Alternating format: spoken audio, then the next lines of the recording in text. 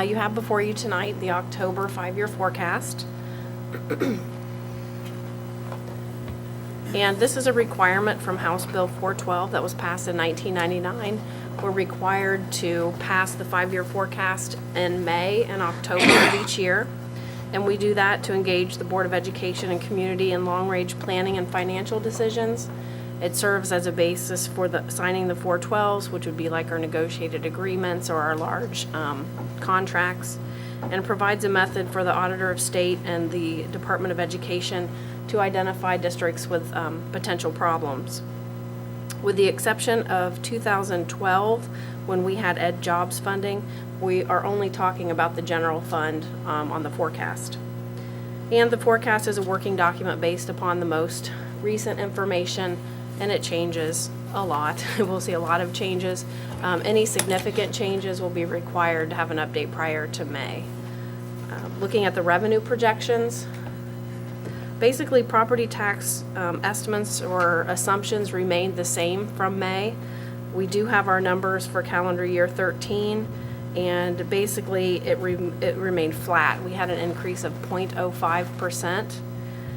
Looking at the next update in calendar year 16 for collection in 17, very slight growth is expected, about 2.5% over our valuation.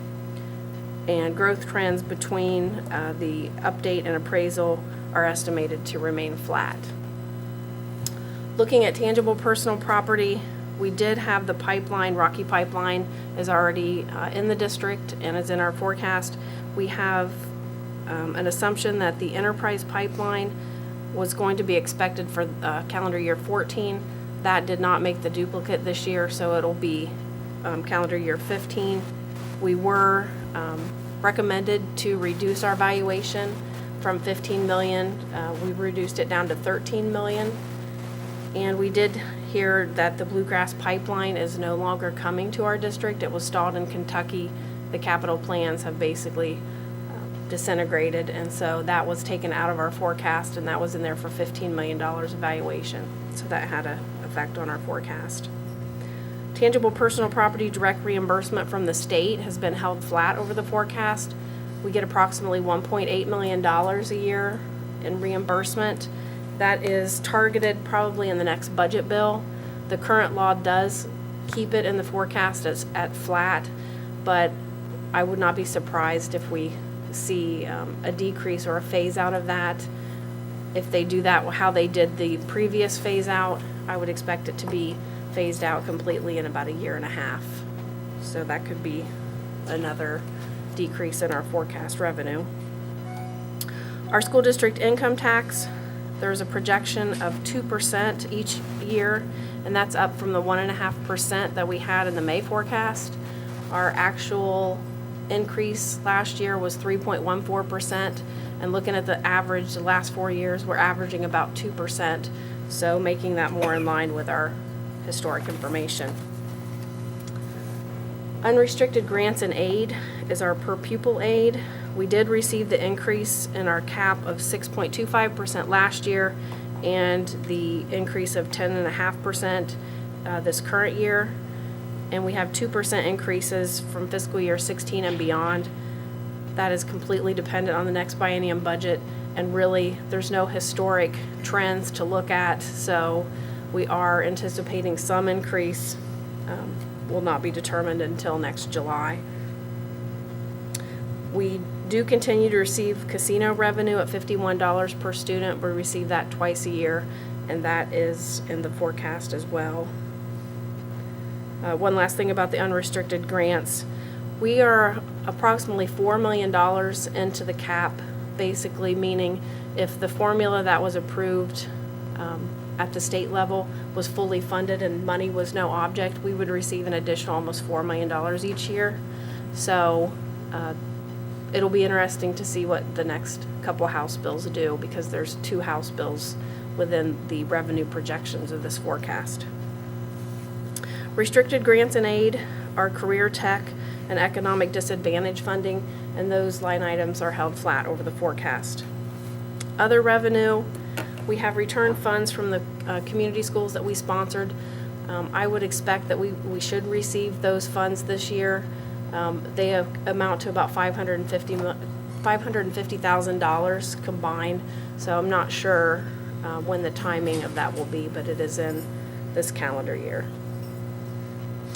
We also received the second year of BWC rebates, and we continue to get reimbursements from Medicare. They've reimbursed through fiscal year 12, so we may see another year as they catch up. On the expenditure side, we have our cost of living increases, and those are based on our negotiated agreements. We have most of them set for the next 3 years. You'll see 1.75%, 1.5%, and 0% the following 2 years. And we average about 1.5% for step increases. We do have budgeted additional personnel added for occupational and physical therapy because of changes in the retirement systems and the requirement for those types of positions to be reported in the state teachers or school employees retirement systems. We have brought those positions in-house, and we can discuss that later under purchase services. Basically, it was cost neutral to do that, but it was a requirement of the retirement systems. We also have additional positions added in fiscal year 16 and beyond for required special education ratios and instructional programming. The following item doesn't affect our total contracts. It's just rather the timing of the payment. And we'll only have 25 pays that actually fall between July 1 and June 30th of next year. And then we'll have 26 pays in 16, 27 pays in 17, and then back to 26 pays in 18. And one payroll is about 1.3 million, so you may see a skew in the salaries, and it's just because of the timing of the payrolls. Benefits, health insurance increased 9.5% this year, and fiscal year 16 through 19 are set starting at 12% and with an additional percent estimated in years falling out. Dental insurance increased 5.9%. We have an insurance holiday anticipated in each December for 1 month, and that is anticipated to end in fiscal year 18. For purchase services, we continue to look at our historical information, and we have increases in tuition payments and open enrollment. Those are in this projection. We do have a decrease, though, in the community school deduct as we've closed our sponsored community schools, and those students have been brought in-house. And again, the decrease due to the Fairfield Medical Center positions moving to salary and benefits. Again, cost neutral to the district, but they just changed categories. Materials and supplies, we're skipping a textbook adoption this year, so we'll have a double adoption next year in the expenditures. We did institute the capital plan that was reported at the last meeting, and a capital outlay, the capital plan. Under other, we have transfers to a severance fund to make that fund whole, and the transfers to the PI fund basically to institute the capital plan. Looking at our estimated operating revenue, we are 51% locally funded. That is down 1% from last year. State is 44%, and that is up 1% from last year. Excuse me.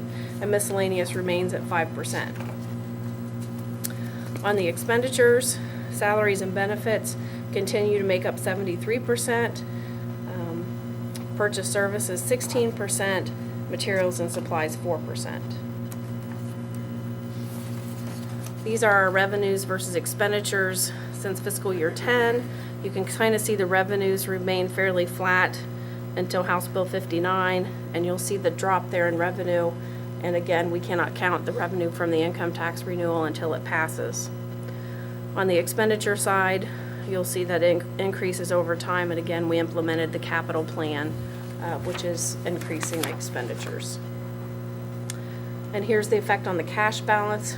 You'll see the final year, without the income tax renewal, we're looking at a deficit.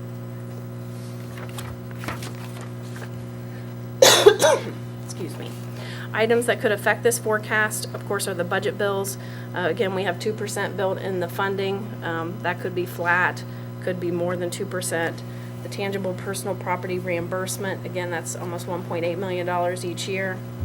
Of course, the passage of the income tax renewal has a huge impact on our forecast. Savings from the consolidation of elementary schools and House Bill 264 projects, it's too early to know.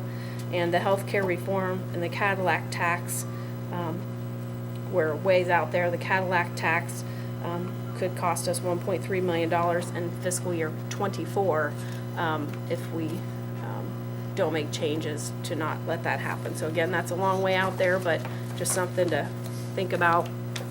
In summary, based on this forecast, pending no changes, the district will end fiscal year 19 with a deficit cash balance of $14.2 million before encumbrances. Again, we have the income tax renewal that expires December of 16, midway through fiscal year 17, and we will continue to be prudent to stay solvent until that time. And in March 2010, we approved an operating cash reserve policy, and this forecast does not require us to take action at this time.